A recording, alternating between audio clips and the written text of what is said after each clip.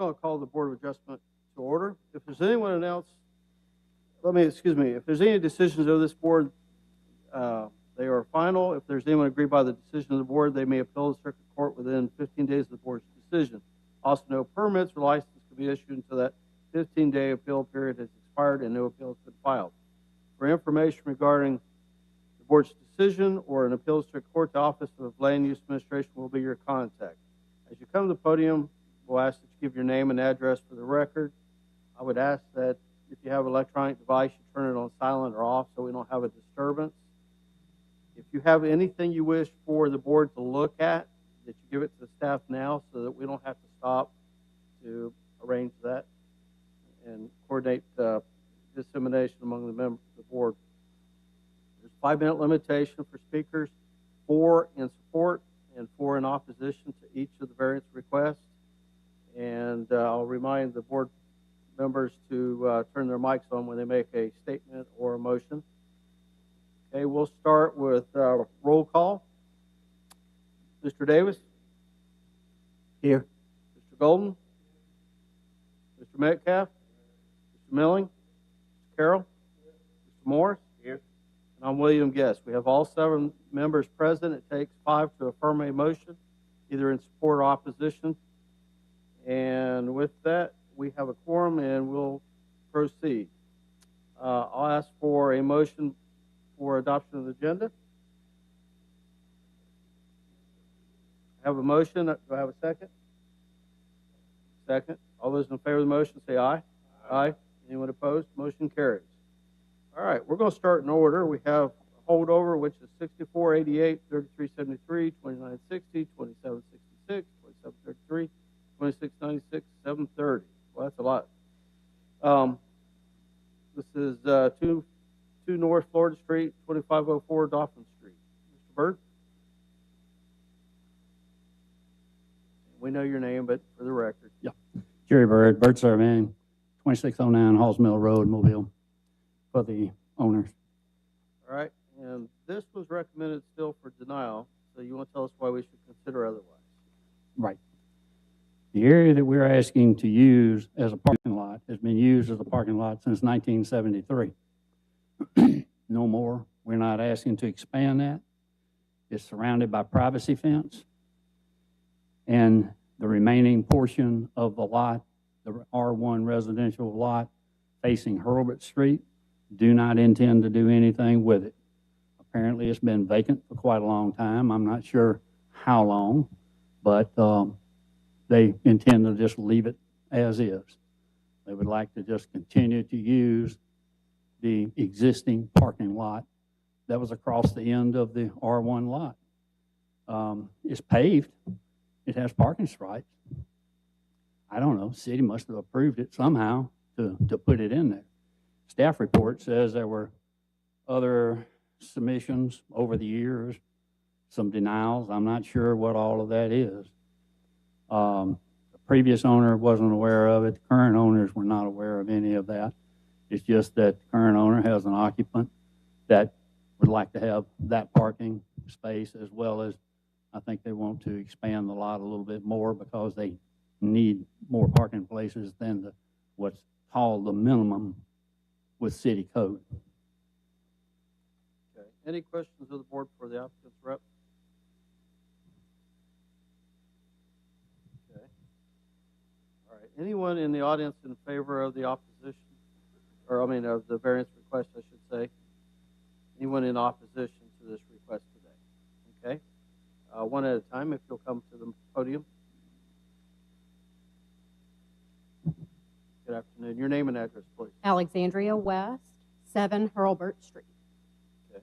And you're in opposition? Correct. Proceed. My lot butts up to the property in question. We're opposed to it because my family is a young family.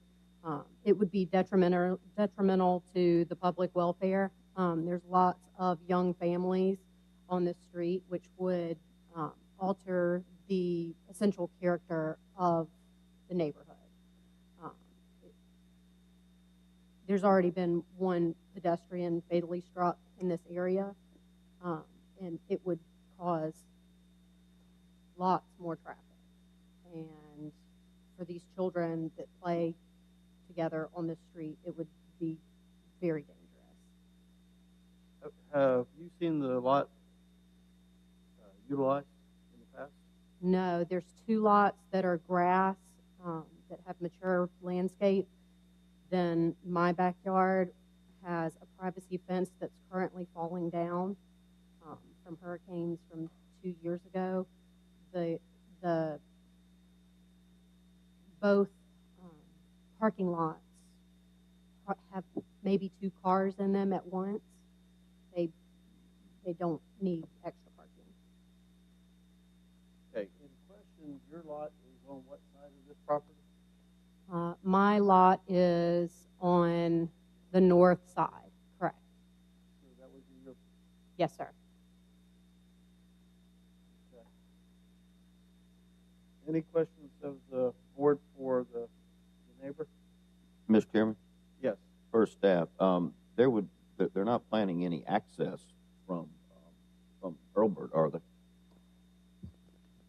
That's correct. Variances, if granted, are site plan specific. Okay, so, so my question to you, ma'am, is that, if it has been paved for many years, the vehicles would enter from North Florida and drive to the back there.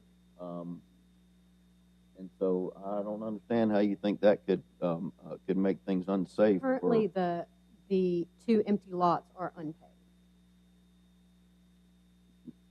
Jerry? They don't have any building. Right. They do not have development. So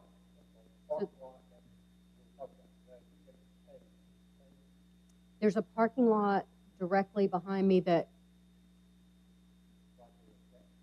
So correct. That's where they're planning on expanding, is what I think my understanding is. No? Actually, to clarify, it's existing. There's no records on file that show where this was approved. There's been variances granted for this site in different configurations. The last one being, I believe, in 1978. It did not, that 1978 variance approval did not include this lot at all. This lot fronts Hurlburt. It's a legal lot of record. It was not part of the 78 variance approval. The parking here has no known approvals from the city. We have a new owner. They're trying to get all of their records straight, hence this application to approve this portion of the parking lot. Okay, so just to clarify, whomever, the portion that says R1 zone, the applicant is not proposing to pave that section right there.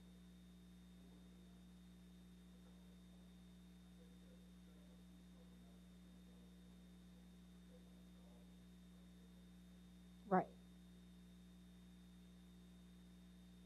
That's zone B1 and could be used now. Yeah, that again would be detrimental to our neighborhood. And how could that be? Because it's In your right opinion? in my backyard. Well, but it's existing. But didn't you guys just say that the one on Dolphin Street would be repaved? It would not. No, please, Margaret. Now, as it is now, the privacy fence that's up there now is falling down onto my property. Well, that can be dealt with. That's a different issue. Yeah, Mr. Bird's taking notes as you speak, Mm-hmm. so that when he comes back up for a rebuttal, he'll have a chance to address Right. those comments.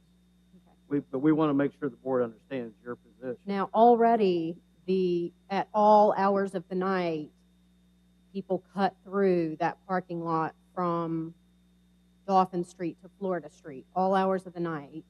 And also at 3 in the morning, they have a dumpster that in my backyard essentially comes at 3 in the morning and empties the dumpster, a large commercial dumpster. You're prompting some future questions we'll have for Mr. Byrd. Okay. Any other questions for the neighbor? Yes, Mr. Davis.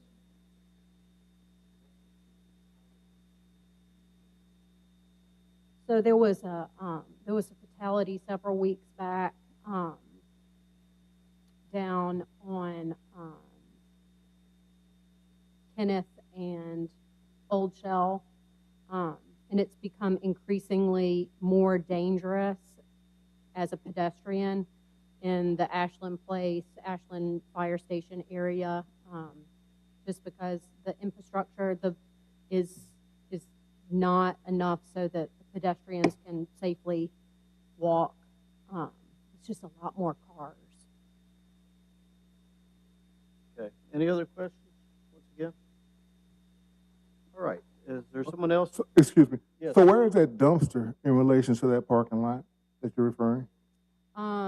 So where'd the laser pointer go? So the laser pointer is where? Okay. So it's to the left just a little bit and more towards the north, correct, and then On over to the currently right a zoned- little bit. Currently zoned property. Right. So that's right about there. Too bad. Okay. So I mean, it's right next to my bedroom window. But again, that is not part of, as irritating as that probably is, that has nothing to do with what we're talking about. Right, but my concern is if this variance is approved, then it will pave the way, quite literally, for more development in the future, which I'm vehemently opposed Well, to. that's not necessarily, okay, we can't look at that. But that's my concern. I understand your concern. Yes. I just want to clarify, the only issue before the board right now is this square right here. The rest of the property is zoned B1, which allows commercial use and parking. The area, all the blue is zoned B1. The square at the rear of the first lot fronting Hurlburt is the only portion at Just a question. section of that R1, the back section, not front. That is correct. Okay, I got you. Okay. All right. Thank you. Thank you, gentlemen. We had another individual would like to speak in opposition at this time. Okay. Mr. Byrd, where'd Mr. Byrd go? Gary? Turn your hearing aids up.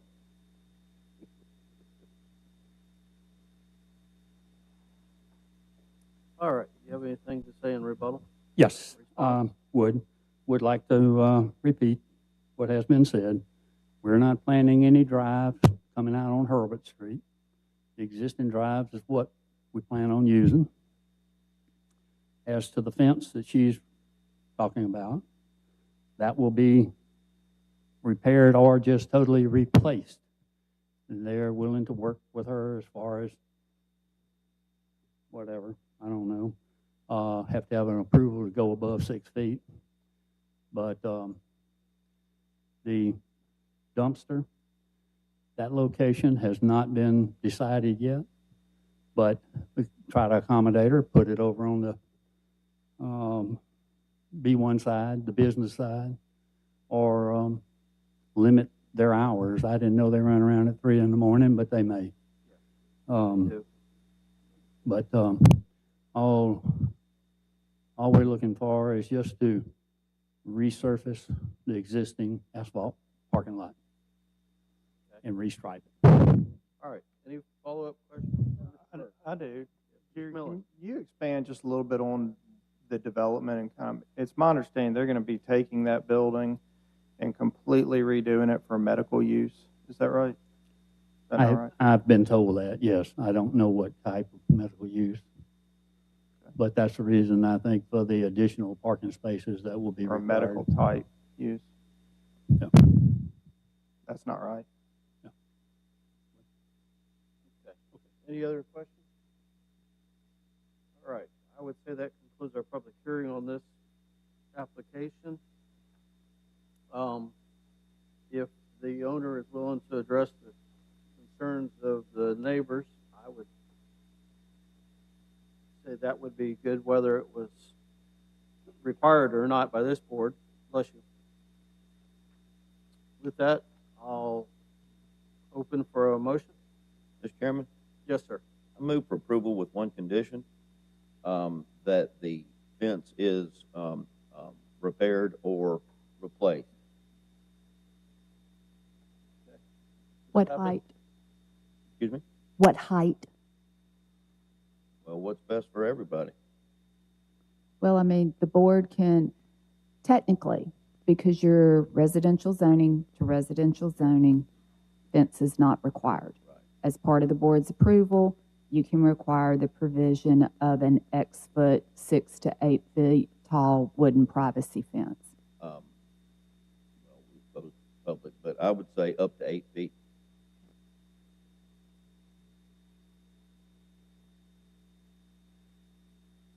And I know it's not a condition, but it would be helpful if they look at changing the hours of the dumpster. Well, that's up to them. I can't make, I know. that's not But part I'm of it. just saying But it's but Jerry said that they would talk about that.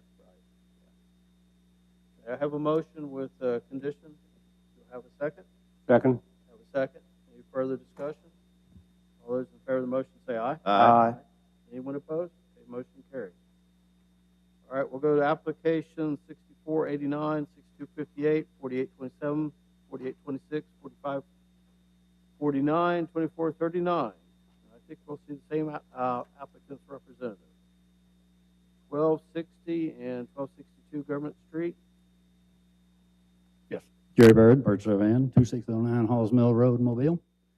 And this one is recommended for denial. Plus, I believe we have comments from the public.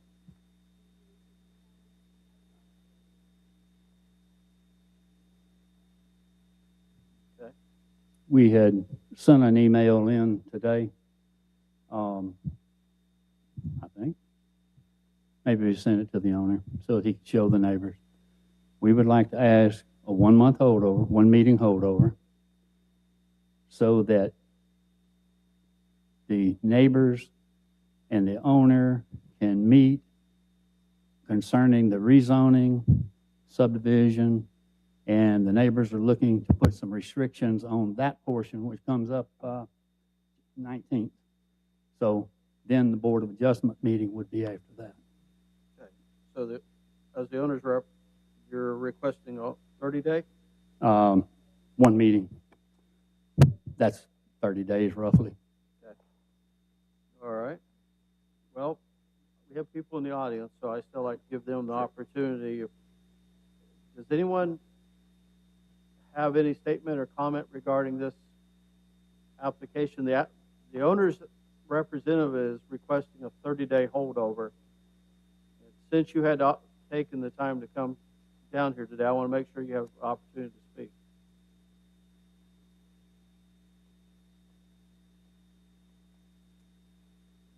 Good afternoon. Your name and address, ma'am. My name is Barbara Cadell.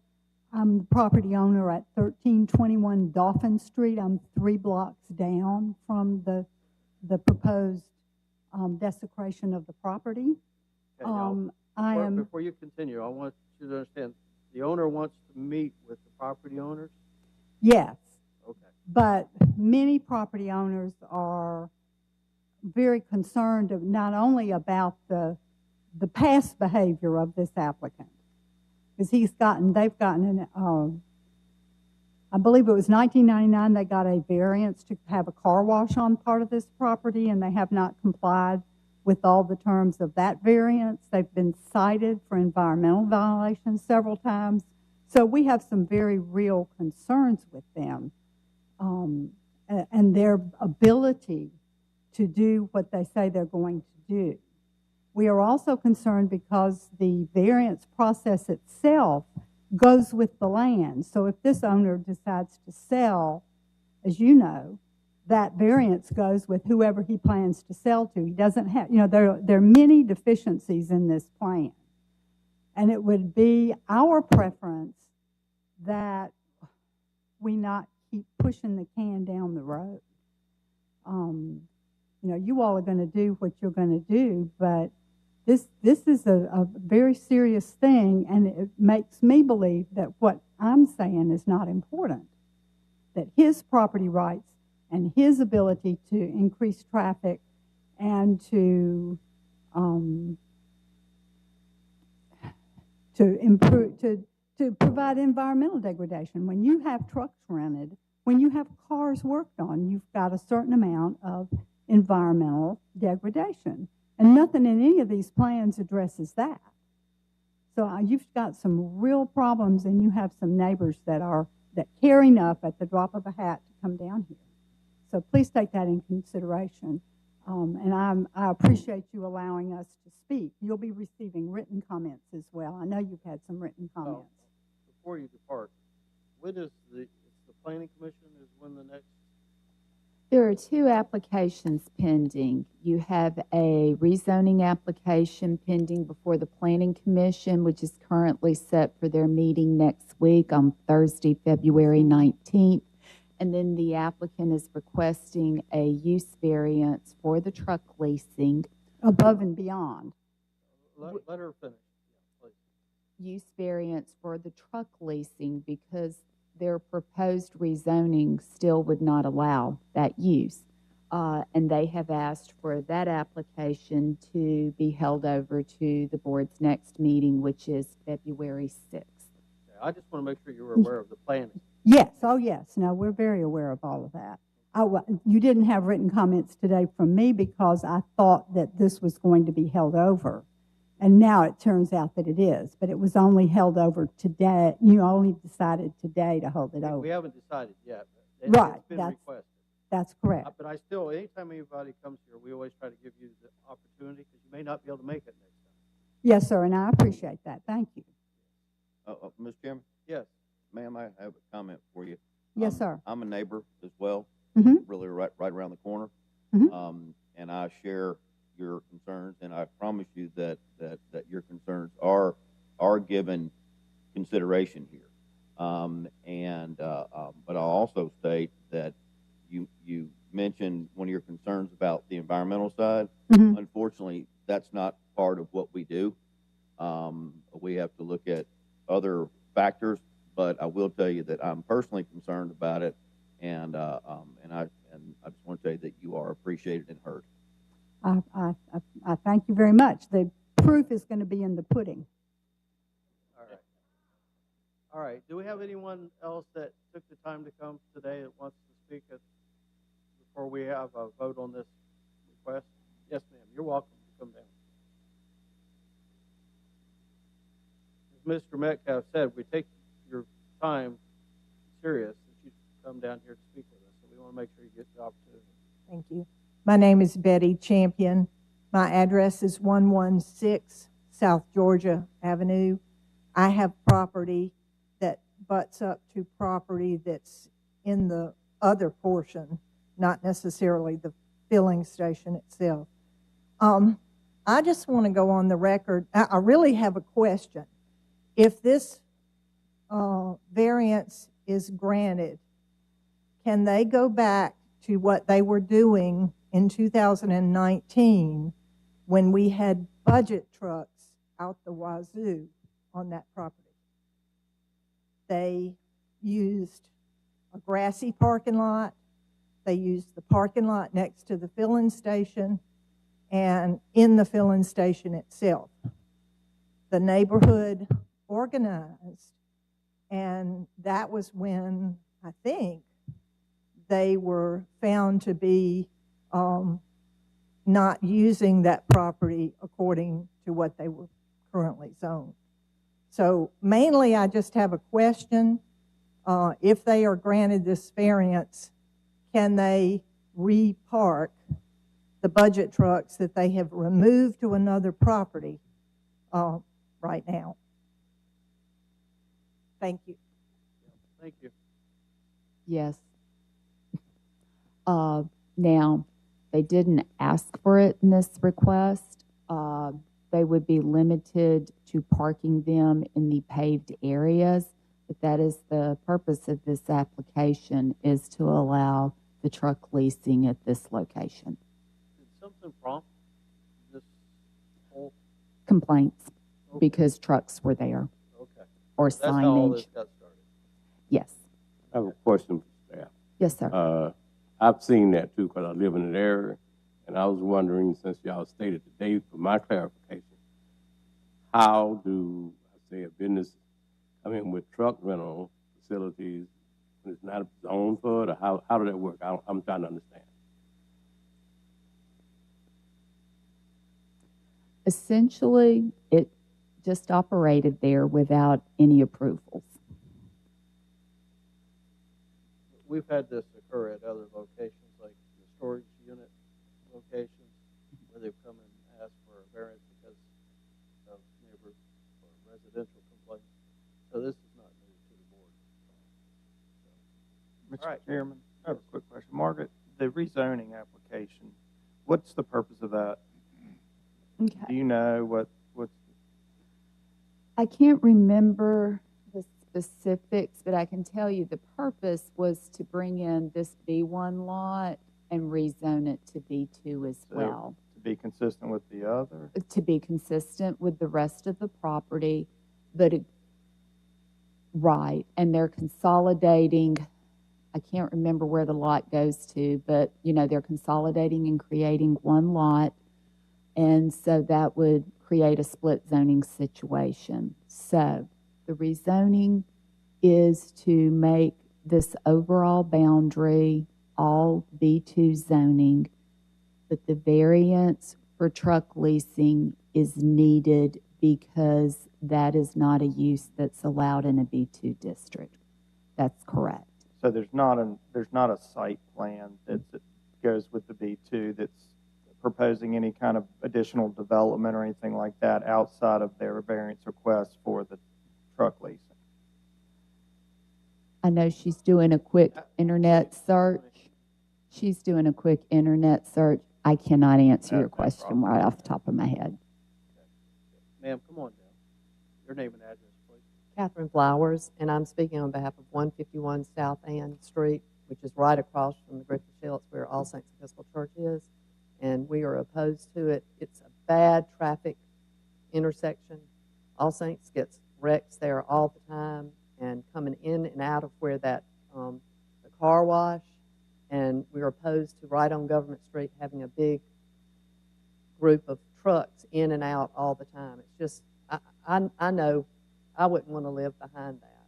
It's constant, all the time, trucks in and out, and I just think it's a bad idea. And this is to the other girl. You can't pick up garbage in a residential area in a commercial during the hours of 10 to 6 a.m., but some of the garbage trucks do it anyway, because I had one stop. But I just think that's it's a busy street. Government Street is busy all the time, and having big trucks going in and out of there is a danger. There are wrecks there all the time. It's just adding more things to it. So we're opposed to it, and we're opposed to the rezoning of that B1 too. Okay. Any questions? Mr. Davis.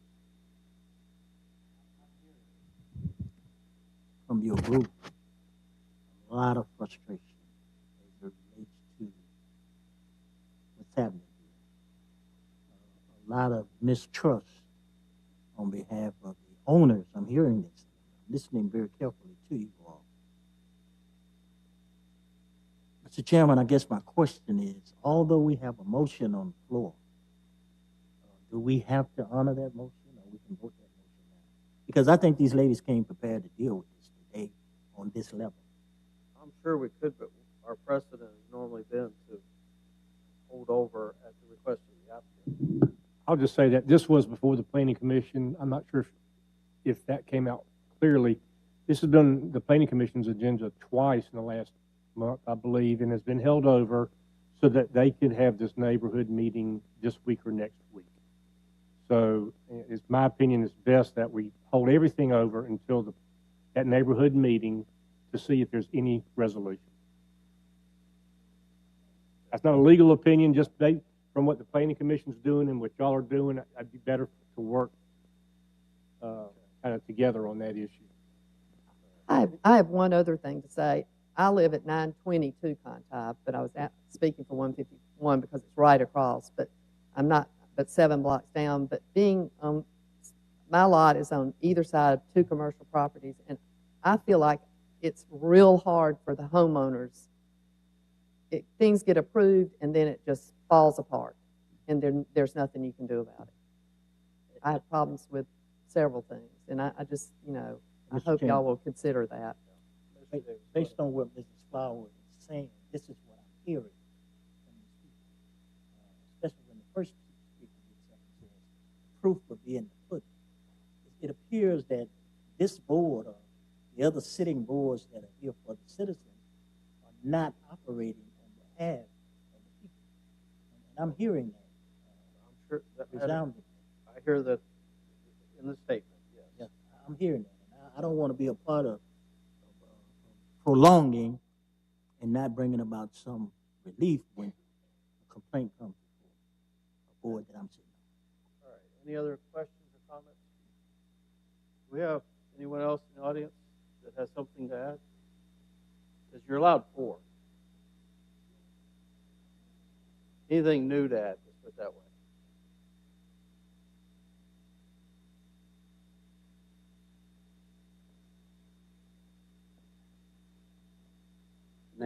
Name is Charles McLeod, live at 18 Common Street. Y'all keep saying about having a neighborhood meeting. We already had a neighborhood meeting. They promised, the Griffith Shells promised they would not put a truck leasing thing there. They promised it. They were going to put something like a little coffee shop or something. So if we have another meeting and they promise it again, it's going to be the same thing.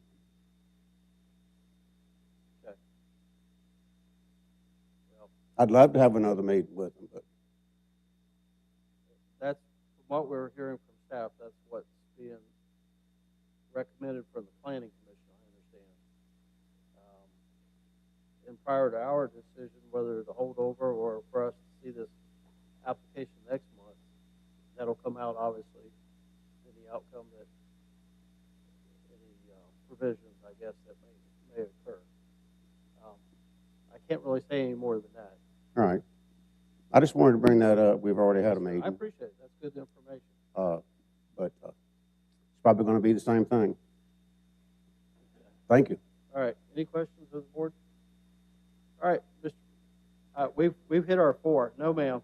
No, ma'am, we've got to.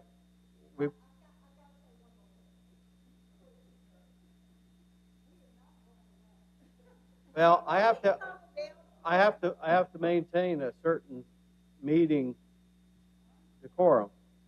I just would like to say, as a neighbor, and I mean, my property is right up against that long grassy area. I am not opposed.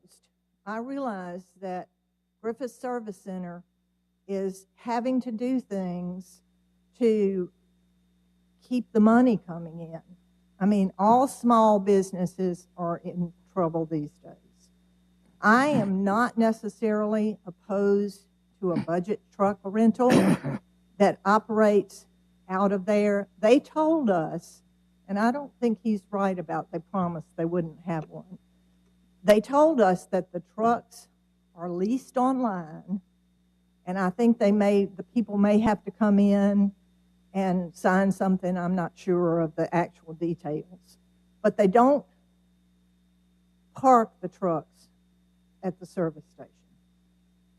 Me, as a neighbor, that is what I am opposed to. I am not opposed to them having the business there, as long as they do not park the trucks there. And I just wanted to clarify that. So I've got a question for you, ma'am. Have you read the application? No, I have not. Okay, my understanding from reading the application is that they do rent them online, but then they will bring the trucks to that location. and then they will finalize the transaction, and then the person will pick up the truck there. Are you opposed to that? As With the long as truck they being have on one or site? two trucks there at a time, I am not opposed to it, unlike some other folks. But I realize that people in business have to do things to make money. And as long as when they first started this business in 2019, on that grassy area, we probably had 20 budget trucks. And then on the paved part, there were maybe 5 to 10 budget trucks. They were all over that property, and it was a really bad eyesore. So that's what I don't want. All right, thank you. All right, Mr. Byrd, do you have anything to say before we have a vote on your request for holdover?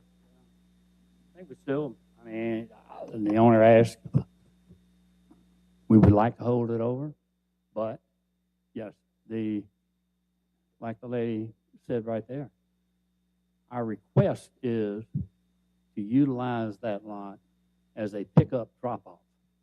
Application online, they come in, they say when they want to pick it up, 9 o'clock in the morning or whatever. They come in, they sign the form, they pay for it. Griffith has picked up the truck from wherever, his storage lot, and brings it and parks it there ahead of that pickup time.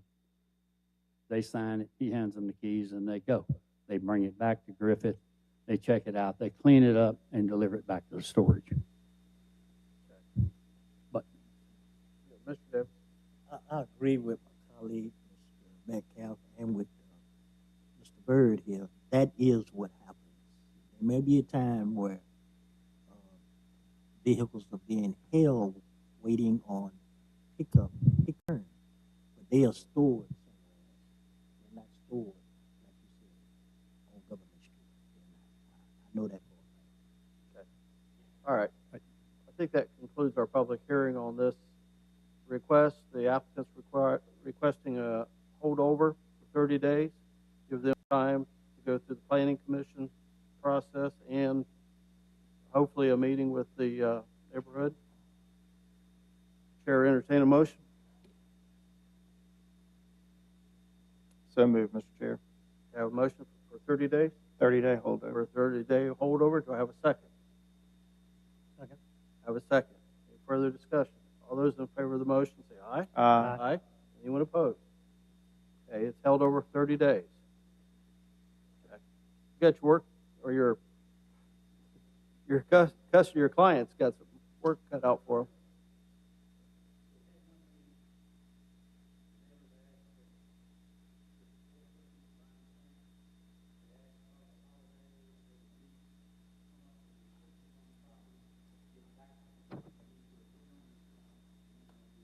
Okay.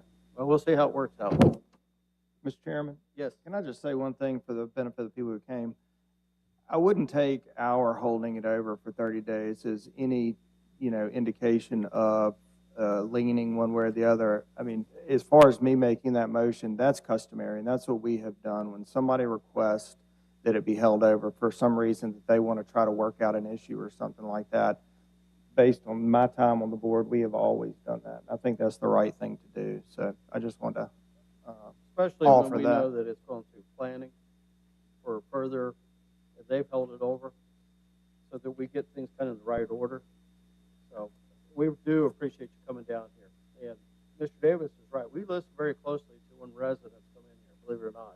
Sometimes they don't always work out as applicants and the neighbors want, but we try to take that consideration. So thank you again. All right, we're going to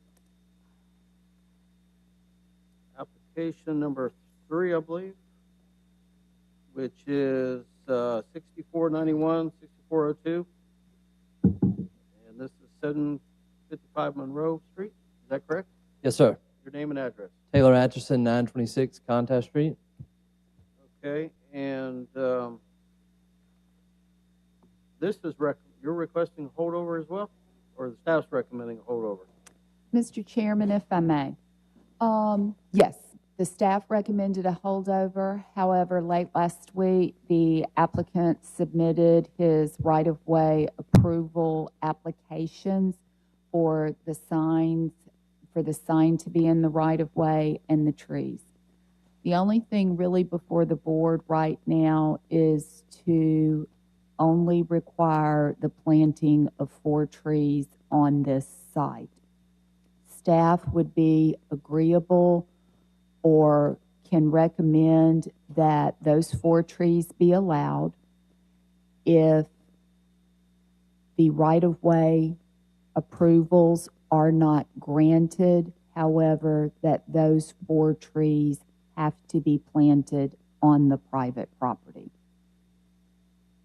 Okay, you Yeah, I can follow up from Ms. Pappas. So we're proposing that 4 trees be planted along the Canal Street service road. Those trees are shown in the right-of-way in line with an existing monument sign. The idea of that is to help in this unique shaped triangle parking lot that was an existing legacy parking lot from the previous business to allow vehicles to operate in a safe manner, entering and exiting this triangle parking lot. We did not propose trees on the north side fronting Monroe Street for multiple reasons. Jesse Yawn of City of Mobile Right-of-Way Department found that there is a pretty large stormwater drain system bordering that side, along with some low power lines that could cause some trouble with the trees. So we're proposing the 4 symmetrically facing Canal Street. We understand the staff's recommendation that if we do not achieve right-of-way approval, that we would need to move those trees backwards to the north onto the private property. And you're in agreement with Yes, sir. that condition? Yes, sir. Okay. Any questions of the board? All right. Do we have anyone here in the audience either in support or opposition of this? Yes, sir.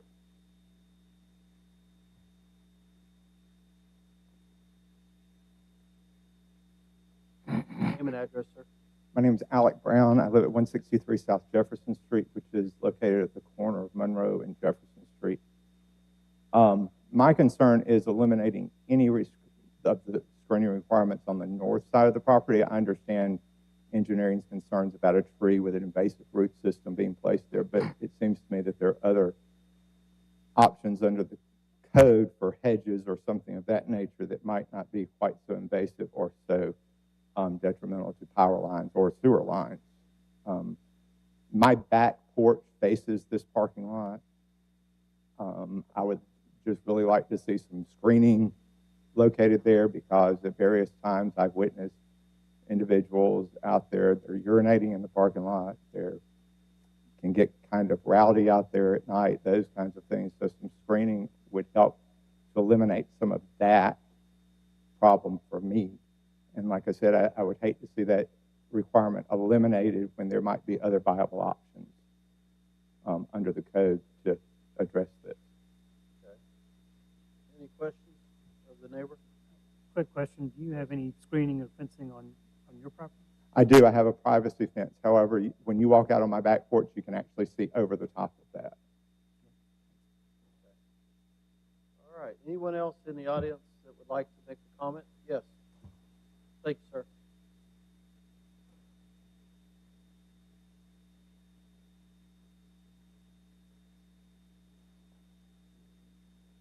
Good afternoon. Your name and address.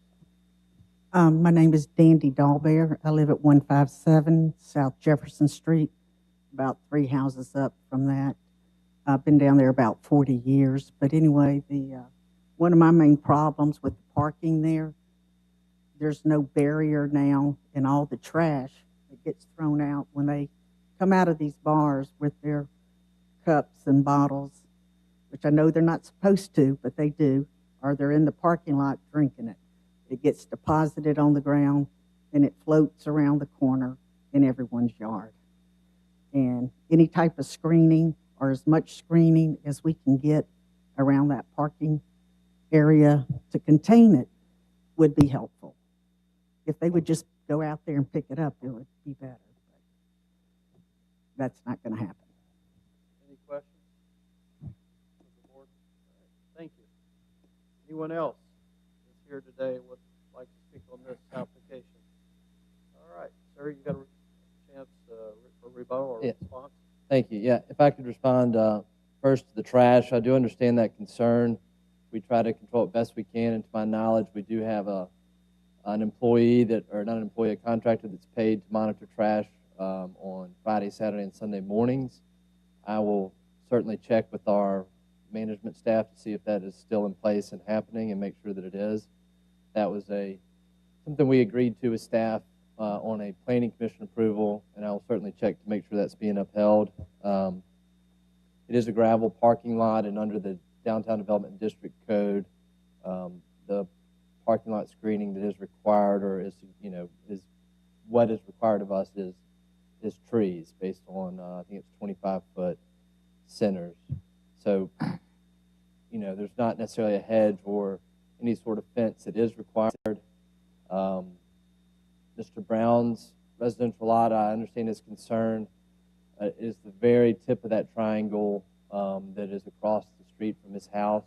We mostly border another bar restaurant that we believe their patrons park on our lot as well. So we do try to do the best we can for our patrons and keep the area better. And overall, our goal with this industrial existing property in this neighborhood was to soften the aesthetics and make it something more viable and more serviceable to this small residential neighborhood versus an industrial factory or complex like it was before.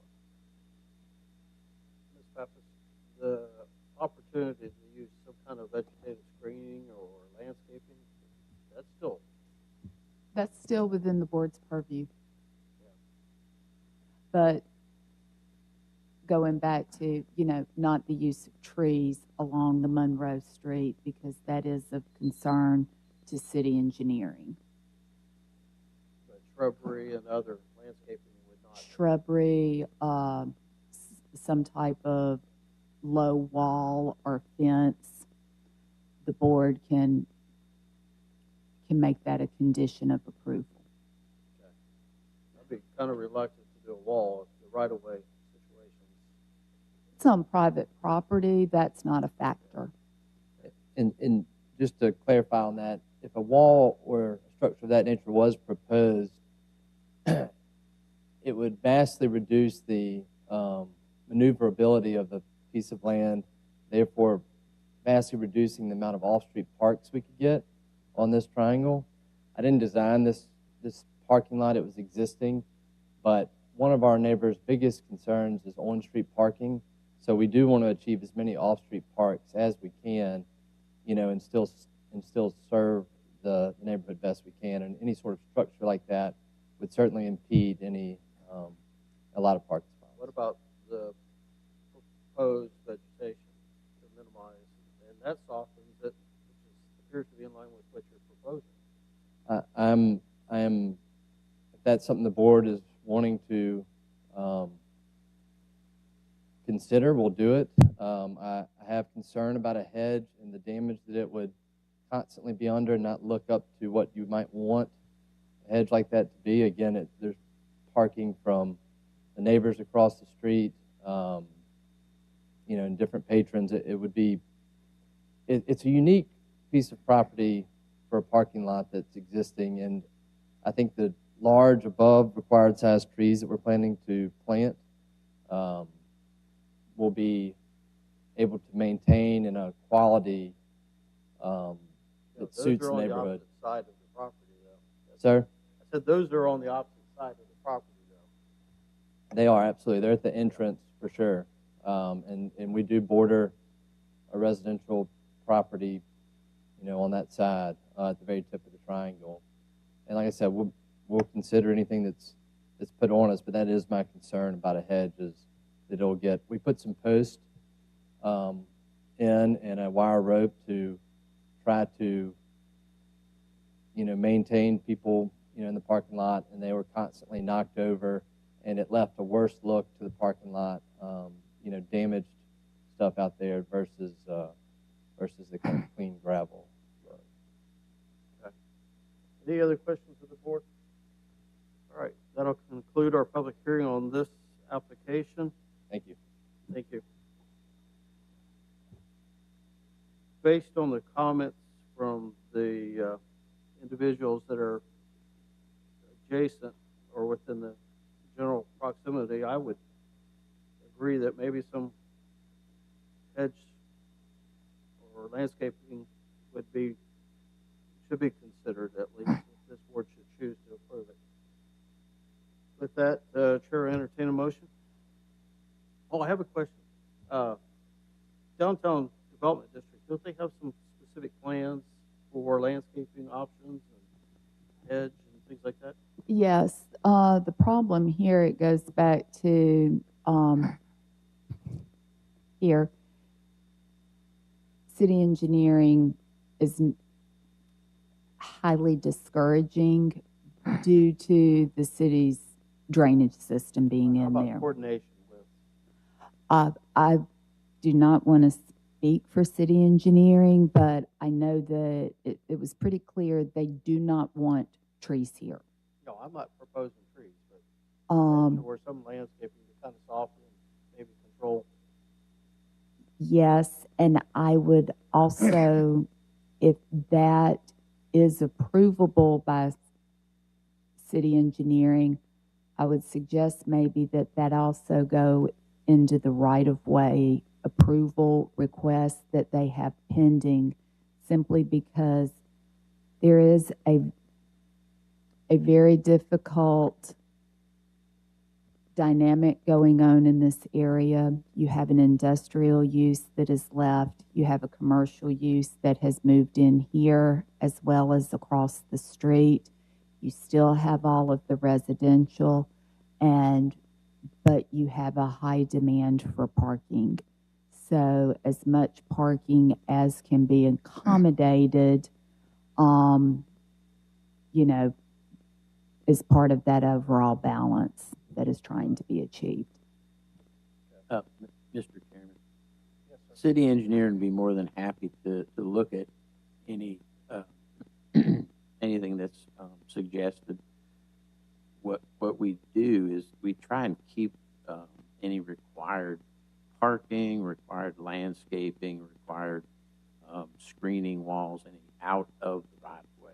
I mean, that's generally what we try and do, but in certain instances we have allowed things in the right of way. So we can look at it, but. Thank you. Mr. Chairman, I have a question. So when we're talking about screening, like who directs kind of what that, because at first I'm thinking boxwoods, and I'm thinking, if he's concerned about, visibility and things like that, and kind of, that's not going to do much of anything. And so, like, what are the parameters of which, who figures out what is appropriate and what works on that site?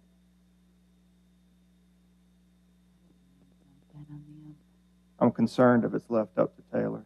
That's why I wanted to find it. Well, I'm just curious. No, you're right. And typically, when you're not on a street frontage, we're looking at 6 and 8 foot buffers to screen adjoining properties. Not just in an urban environment, but even in other areas, parking lots are typically only screened by 3 feet. And part of it is so that you have that street visibility for safety, bless you, as well. So it really, in this instance, if the board's going to approve this, the board would need to determine, what kind of height, and are you looking at some type of privacy wall or fencing, or are you looking at shrubbery at a certain height at time of planting?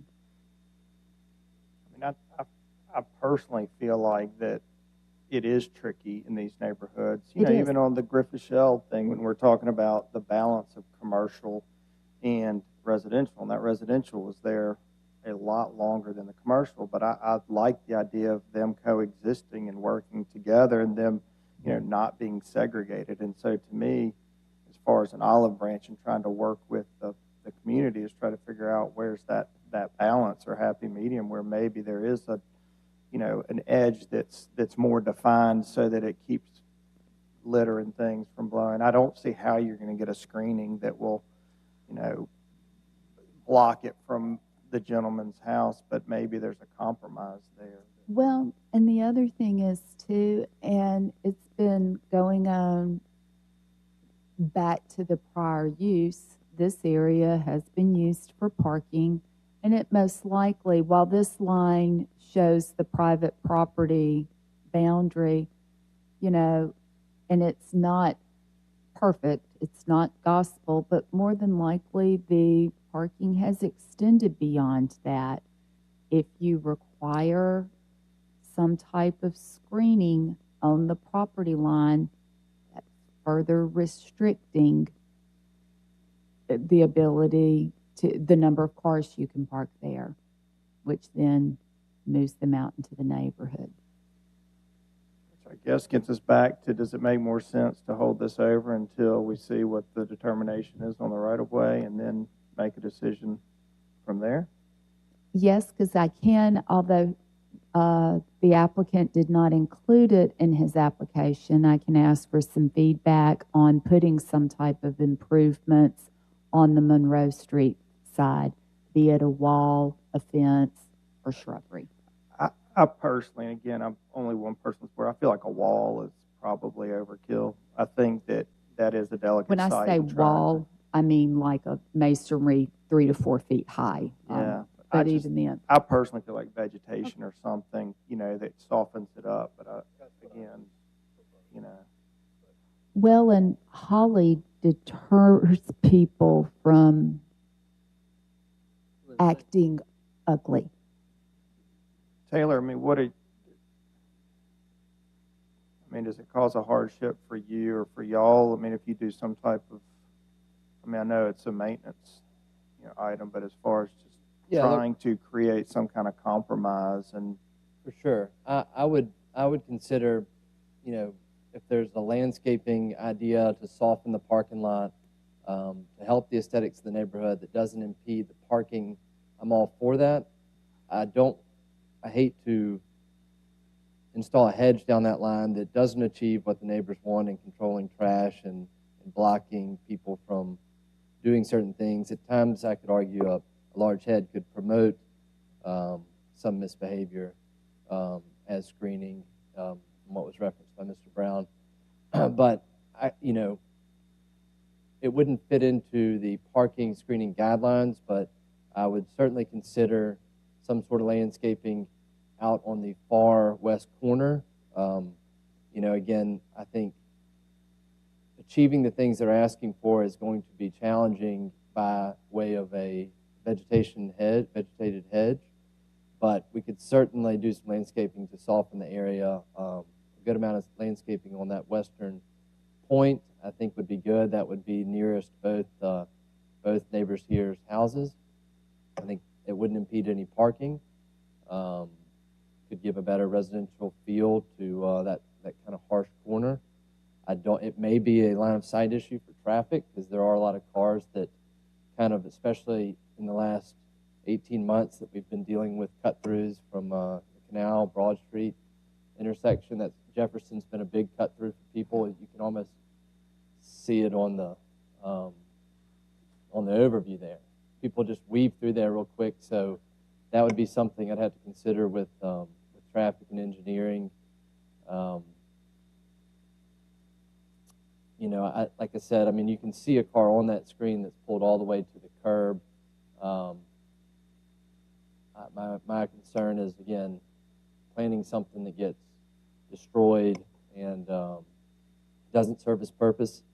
Again, we're asking for trees on the opposite side of the street, but we are proposing to go above and beyond the requirements of the trees that are to be planted.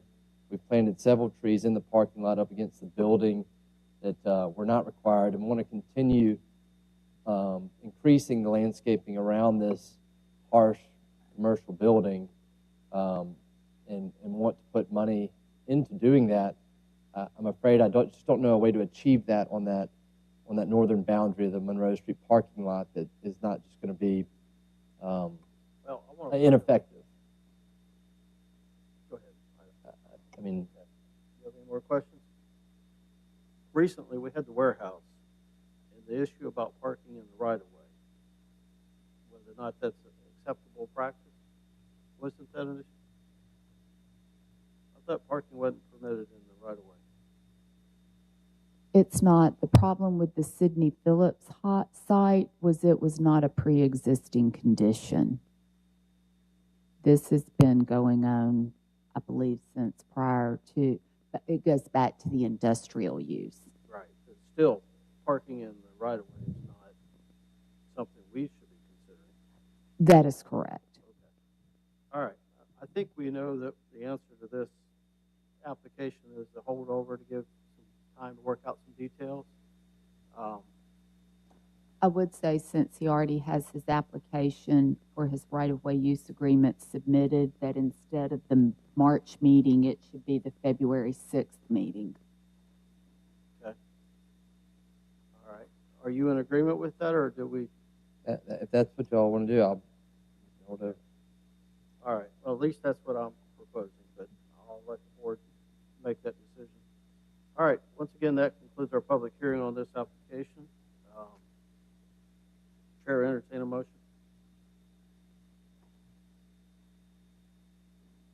Move for approval of a extension to the February 6th,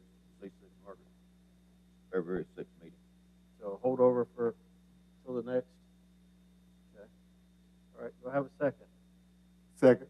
Second. Any discussion? All those in favor of the motion say aye. Aye. Anyone opposed? Thank you.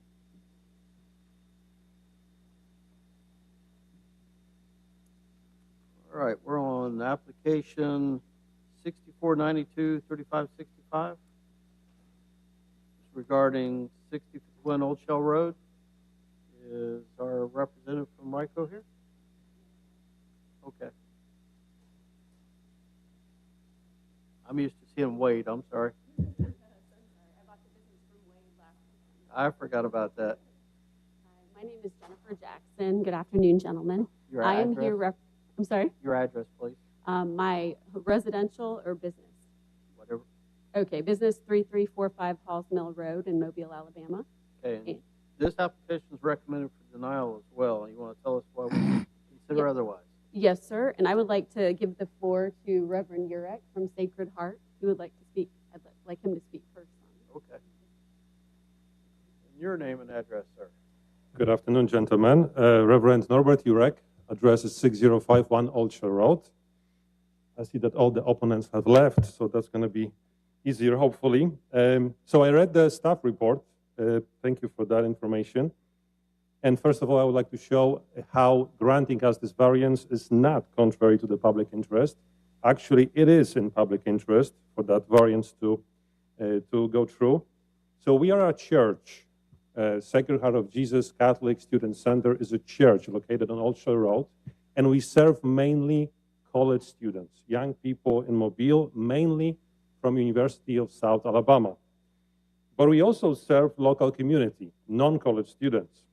And we provide a place not only for worship, but we have facilities that are used by young people, and we provide for students to receive emotional support, opportunities for fellowship, necessities such as food, space, rooms with computer labs, also, of course, worship, daily worship area.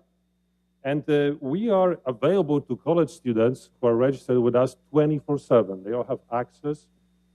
Place is pretty secure. They have key fobs that they use to get in. Except all of those things, we also provide a bunch of social events for the local community, trips, sport events, charity projects. All of that has been happening since 2004, since the site exists. Residents from our surrounding area are also worshiping in our place. I'm sure that you know, gentlemen, what's the situation of young people nowadays. After the pandemic, for example, the loneliness became a plague for young people. The rate of suicidal attempts has grown really significantly from 3.4 to 16% right now. Young people with age 18 to 29 are considering suicide, which has never been that high before.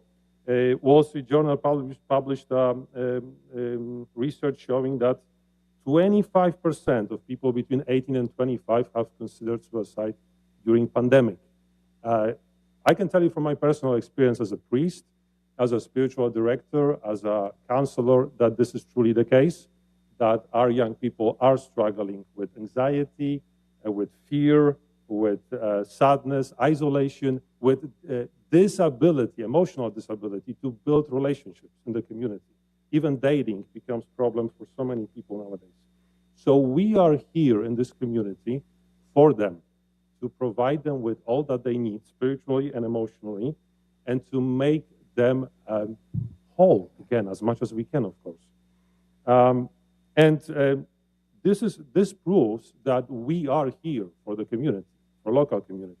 And our local community is basically students, because if you look at the map, you will see that the housing on the sides of our building is student housing. Even the apartments are mainly rented by students. The whole area is the university area. So being there is our role. Being there as a campus ministry, as a church, is something that is serving our local community. There is hardship that we are facing at that time with the current sign. So the current sign, and we provided today a picture of this current sign. It's a red sign. I don't know where that picture went. Yes, it's a red sign. Yes, it's here. If you could pass that red sign is what we have currently. Bunch of feedback shows that it's not visible. It's a hardship for us because we are serving students from the University of South Alabama, and we are located off the campus. We are not on the campus. So we need to be visible. It needs to be clear where we are. We need to get their attention. And that's what we are trying to do by replacing the sign and by getting EMC board with the sign. It's not simply that we wish to have it. It's because it's necessary. During 5 years that I'm serving as a priest there, I had from many people, young people and elderly people, that it's not easy to locate us and that the current sign is not visible. So that's the reason why we are trying to replace the sign. Also, Mitchell Center has an AMC sign very close to residential area. You can check that. We are not aware of any complaints about that sign. Surrounding area is located around the university with band practice fields, softball stadiums, baseball stadiums. The local community is pretty used to the noise and light and all the other things that are happening there. Sir, if I can get you to summarize. Yes, sir. I'm about to wrap it up. I would like to add that we are a nonprofit organization, so there is we don't charge students. The EMC will not be revenue producing. It will serve as a public announcement for services for the local community. And I think that's an important thing to add. So the spirit of the chapter will be observed with this variance. And I really feel and believe that justice will be given to the community by granting us this variance. Thank you so much. Okay, any questions? Any board? Okay, do you have anything to add? Anything special about the sign, or you got to come to the podium? After doing a survey, I know our goal is to improve the surrounding areas, and if you will, their current sign is a bit of an eyesore. So we feel like this will, just make the community look nicer. As he said, USA is one of our biggest customers. I talk with people all the time from USA, and they talk about, students committing suicide or different things, and I hate that, but that's the nature we live in. I really feel like this is a way to bring people from the community, near and far, but let students feel connected. Sometimes they're away from their families. A lot of parents in this, day-to-day society work hard to provide, but yet aren't there for their really feel like there is a hardship in the lives of these individuals and as well with the current sign because it's not readily available. And I also know we had questioned a little bit. We had never mentioned trees.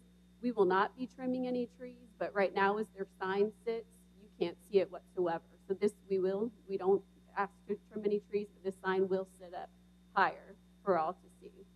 So. What's the height on this one? The overall height is about 7.5 feet. I believe it's 7.8. Show me on the 300 feet from that site. The sign is directly out there to the north, if I remember right. Yes, sir. It is. And the residents, I was thinking the residents was on the west side, more so. I guess that's all apartments on the right. Yes, sir. And there's even fraternity house towards the right. It's all student housing, and south is all student housing. And then right across the street is USA. So, well, to be honest with you, what I looked for was there anything that obstructs this sign if it was to be there from being visible from the residential, like the facility itself or something like that. Because in the past we've had some applications if the sign wasn't visible and didn't cause a problem for the residents, like it was on the backside of a facility, yes, then we've considered those. But if it's right where they would see it and it's flashing or changing, then that becomes more of an issue. Okay. Of course, this is a zoning requirement, 300 feet. Yes, sir. Yes, sir. I believe the current sign does sit off 300 feet. So. Well, it's from the property line, right? Actually, this line that you have, this red buffer line, that is from the property line because we do not, this is a mapping application and it can't consider a point of, where the sign is. But the zoning ordinance, that 300-foot buffer is from the sign itself to residentially zoned property, which automatically captures the R3.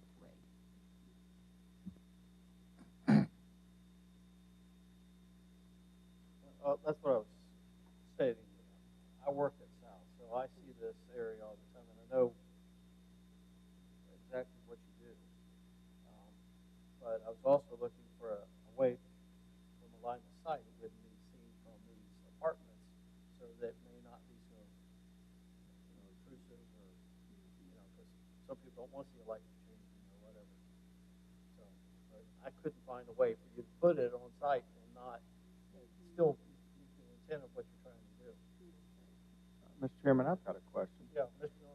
So, and Margaret, this is probably more for staff, but in my time on the board, I'm not aware of any time that we've ever varied from a strict interpretation of that when residential properties are in plain sight of that. And so my question is, when they're talking about Mitchell Center and that sign, how did that get approved? State's exempt. The University of South Alabama, state's exempt. Maybe you can get annexed by the state. Are you part of the Vatican state? Okay. Mr. Chairman? Yes. I think we might have approved one, may have been a church on Azalea Road. Oh, remember? Fellowship? Yeah. On the south end of Azalea. And there was residential across the street. I think we asked them to put it back more. So, but I think that was incorrect. Yeah, and then there's one, I know a business by Houston or wherever that we allowed one, but it was on the backside of the facility, so nobody would ever see it. Yeah. Also, we approved one at Griffith Shell, which was well within 300. That was the price. Well, that's true. Yeah. But it was an electronic sign. It's different on, yeah, that's right. I was just trying to think of examples. Sure. Thank you. What's the intent on the screen? Whatever you see. Yes. You were patient with us on the others. So yes, sir. Thank you. I appreciate that. So the intent is to give the community the updated information on our events, because many of our social events, they're open. We are not open only to Catholics, but to all young people, and we are trying to bring them in. So being able to have a screen and post the updated information of what's happening is really significant for us. This way we can actually invite people to participate in those events. And we know, because we saw the survey, there's over 14,000 people driving, at least that's the data from September this year, one way of Old Shell, and 14,500 the other way. So we know that this is a really good area to display that kind of information. Also, I would like to propose the software for this board, for the CMC, gives us an opportunity, for example, to program it in a way that we will shut it down at 10 p.m. till 6 a.m. If that would be an issue for the residential area, which is next to us, and there would be complaints, I don't see why not. We could, because this is not a time where obviously that many people, are on the road. So I don't see why we wouldn't shut down the part of, the LED screen for that time if the lights would be an issue for anyone. I don't see how they would be an issue with the amount of light that is already there, around us, and all of that light is brighter. I mean, you can see the light from the stadium 2 neighborhoods away. But if that would be an issue, I don't see why wouldn't we, program it in a way that at 10 p.m. it can shut down, and it can turn on again at 6 a.m. or 7 a.m. So some of the other locations we've had the requirement that they go to a low light level, and then the price signs are static. Right. Unless it's recent where your prices are changing more frequently. Right. But normally they're static, and I was wondering whether or not this would be, because you're changing the information probably less frequent. Yeah, less frequently. You're not trying to market products. No. But if it was like a static information for, it only changes once a day or whatever. Right. That may be something the board would consider, but we haven't, as they've stated, made exceptions on a rare occasion for these. Usually they bring it back farther away from residential and try to obstruct it, utilize either the facility or landscaping to block it from, imposing on the residential. It's kind of bad. It's kind of hard for us because we don't want to set a precedent by doing something now that we've been denying on others. So we have to take that into consideration. Right. Well, I can assure you that we are not going to change the information frequently on that sign, because we don't have that's not our purpose. Our purpose is to, to give some updated information, but it's not going to change even daily, probably 2 or 3 times a week, if that's it.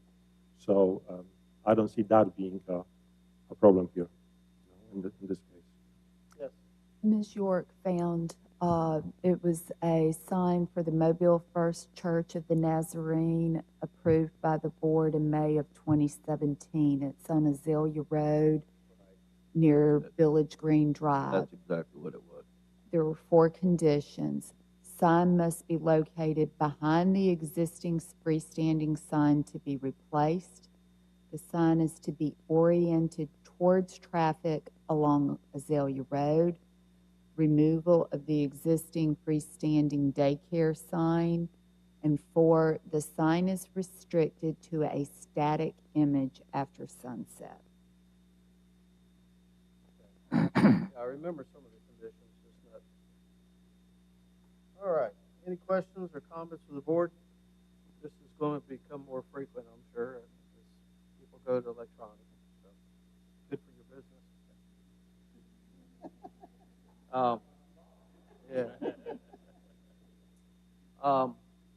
Mr. Chairman, I think that trying to observe the nature of it and the intent, we have to do that.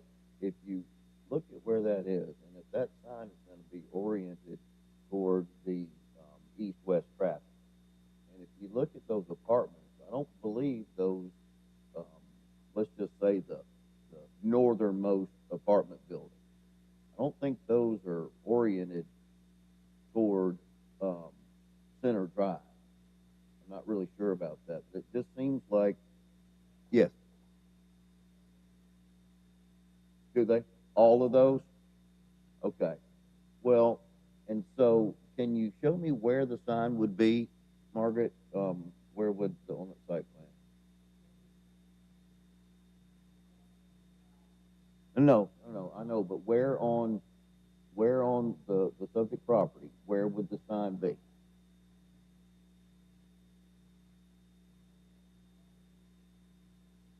Okay, up there, where it's going to be, how close to the property line? Okay, so basically it's the very front of the property, for east-west. Is that correct? It's east-west, or is it oriented north? Is it two-sided? So it's two-sided. The drive splits, right, around the existing sign? Or the other way, it's in the center, isn't it? Okay. All right. So, but would it go where that circle is in the middle? Or is it staying out front? It's staying where they've proposed to put it, where the existing one is, correct? And this is the existing one. Mr. Chairman, it's not a motion. I just think that with some conditions such as static after sunset and then going dark, say at 10 o'clock, I think that's a good would be something that we may want to consider in this case. I do think there's a little bit of attenuated circumstances here. That's just my opinion. Okay. Any other comments?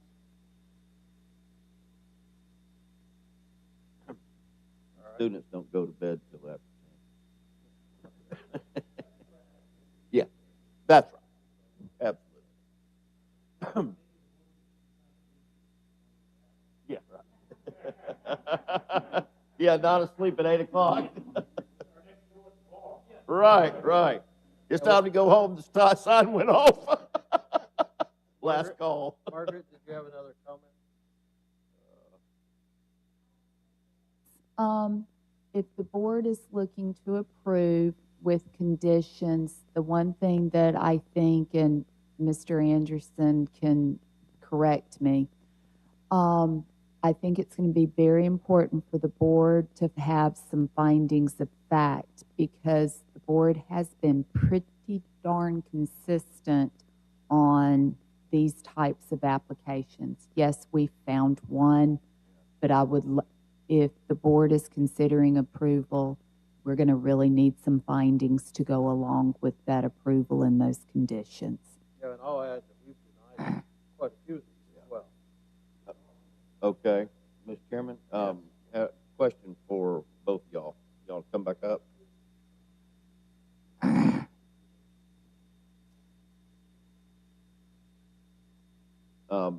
I think y'all are seeing kind of where this is going, and I'm trying to help out, but still we have to do what's consistent and what's right.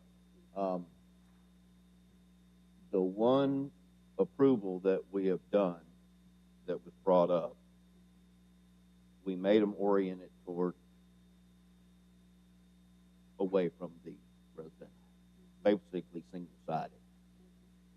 Have y'all talked about, I know you want to get east-west traffic, I understand that, but if, because of the circumstances, if the board just said, we do want to help you, but we just can't do that for a precedent, and to be consistent, but if you flipped it around and made it one-sided, and faced it north, would that be something that y'all would consider as an alternative?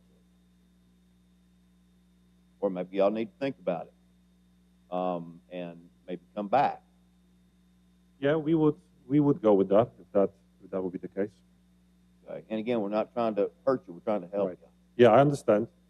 We will go with that compromise. And because that would be, I'm not speaking for the board, but that would be consistent with the non-consistency right. with the one, with the one, and that way, if it ever came up again, we would say these were two unusual circumstances where we approved, but we did it this way.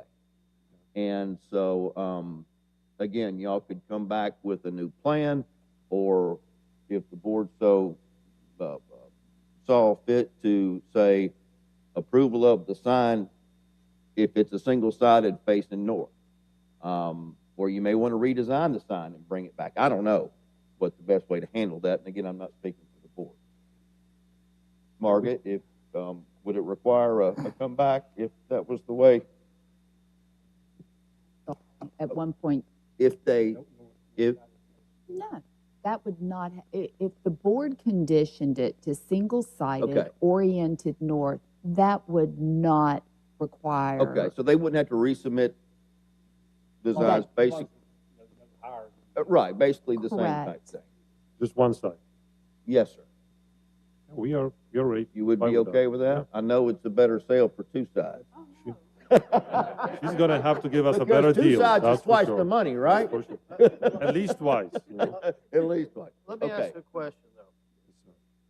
That location, with it being one-sided, would it give you the visibility you want, or would you want it back more, so that people would have a chance to see it, versus it being close to the road, they have less chance of seeing it? I think we would still have a very good visibility. Okay. If we're gonna go with that kind of sign with the EMC, we will still have very good visibility. Okay. Okay, thank you. Thank you. Mr. Chairman? Yes. I've got a question for staff again. I'm just super sensitive to this because I don't want to set any precedent for, and just because my recollection on, say, the one on Azalea is that there was, and I may be wrong on this, but there was distance, and this one is just, I mean, front and center. I mean, it is just completely opposite of what we have done in the past. Now, if they do take it and we orient it, parallel to the street where it's facing, then I do think that that is different than what they're proposing. I think as they proposed it, it contradicts, I agree. what we have, the position we've always taken, which really concerns me for past ones we've turned down and precedents we'd be setting. So I want to make sure that if we do go down the path of turning it so it's facing, single face to the north, that we feel comfortable that, we are in line with the spirit of this ordinance. Yeah, I think the other part would be still that static I agree. message and turning it off or low light at a certain time. All those things that we've required on others, even though they accommodated, other conditions.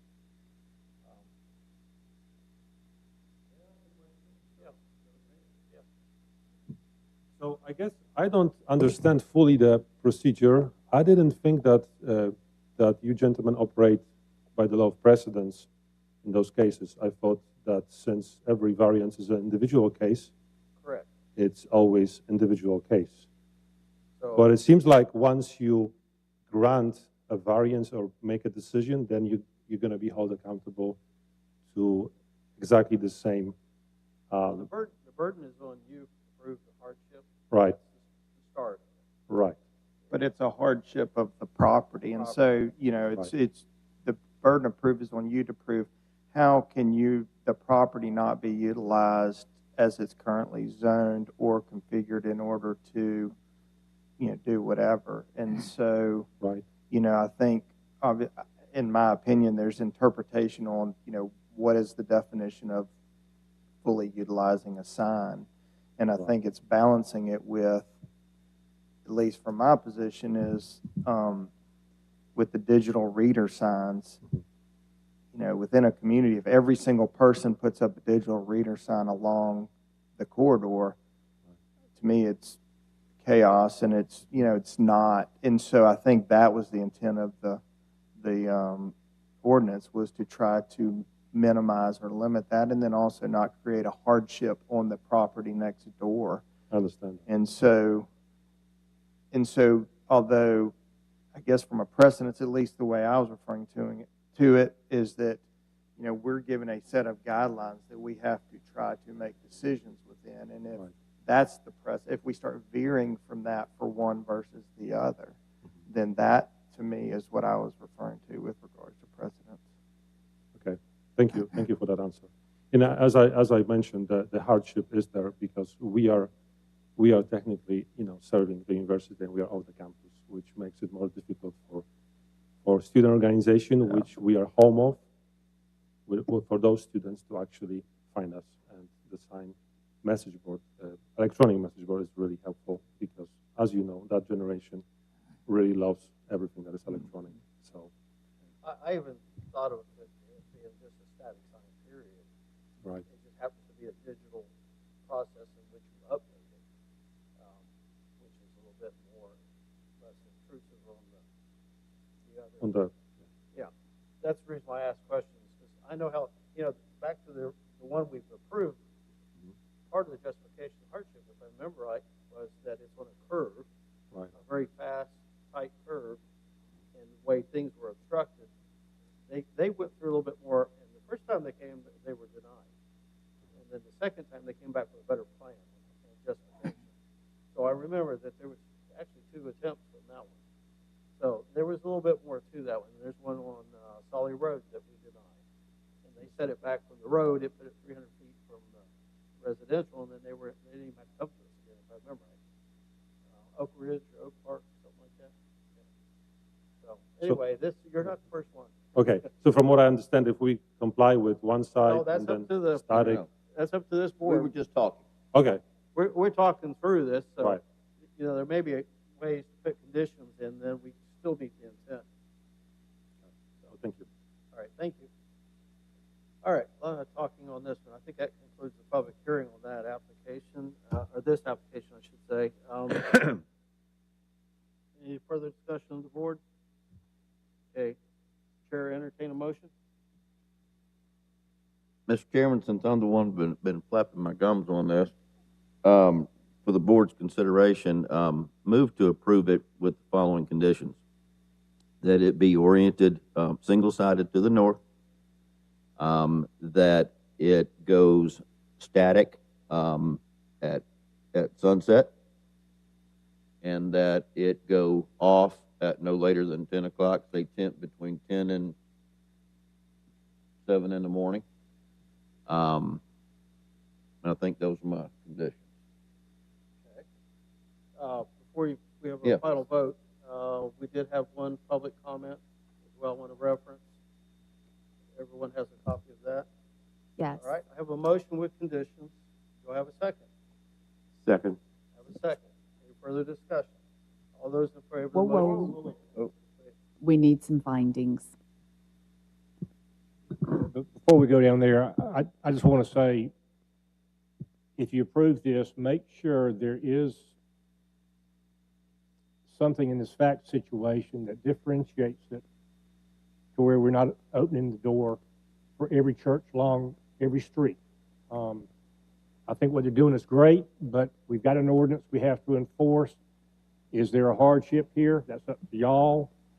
I just hope y'all can identify something that sets this apart from the other applications that we denied and that we'll hear in the future, Right. so that we don't, so that we are not inconsistent. Mr. Chairman? Yeah. I think in response to what Doug said, what, in my mind, what makes this a little unusual and for it to be in the spirit of the ordinance, the spirit of the ordinance is keep it 300 feet away from residential so it won't impact them negatively.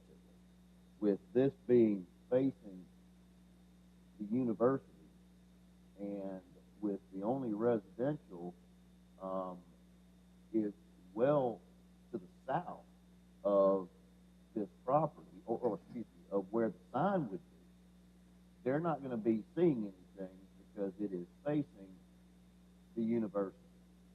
And that would be the finding that I would state. Because it is within the spirit of it, which means that we're truly not being impacted.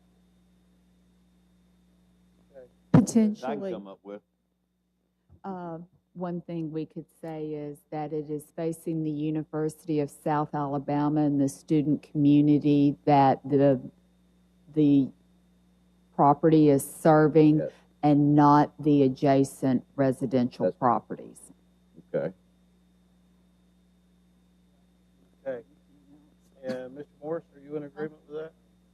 Yes, I am. Second motion? Second. Okay. Any further discussion? All right, one more thing. Yeah.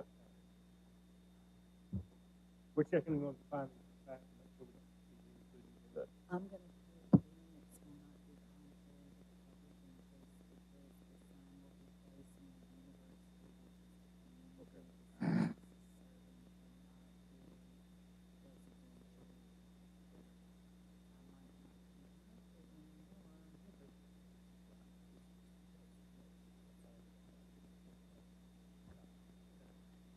Y'all good? Y'all are good. That's fine. But you've got it. You've got what you need to put down. Okay. Gotcha. Okay. And you're clear with the motion, you understand? Okay. All right. I have a motion with a second with conditions. Findings of fact. Yes. Chair, call for a motion, have a second. All those in favor say aye. Aye. Anyone opposed? Opposed? I knew it. He's consistent. He is. Well, hey, let me just tell you something. Let me tell you something. I go to Father Norbert's church periodically, so my vote has eternal consequences, and I realize that, so I take it very seriously. Hey, I'll be at confession, I promise. For the record, I oppose too. Okay. But we have 5 to affirm, Okay. the motion carried. We Miss- have 2 opposed. Mr. Chairman, I wasn't going to bring up this stuff, but I just want to let the nice father, who I don't think was born here, I'm a Methodist and he's a Catholic. A converted Catholic. All right. You're, I know he is. No communion for you. You notice the board member that has a conscience, right? Not the Methodist. Nobody's accused you All of right. that. we appreciate your patience and you understand what we have to go through as a board. So, all right. Do we have any other business today? Mr. Anderson, do we have anything? No, sir. All right. I would say the meeting's adjourned. Thank you. Good job.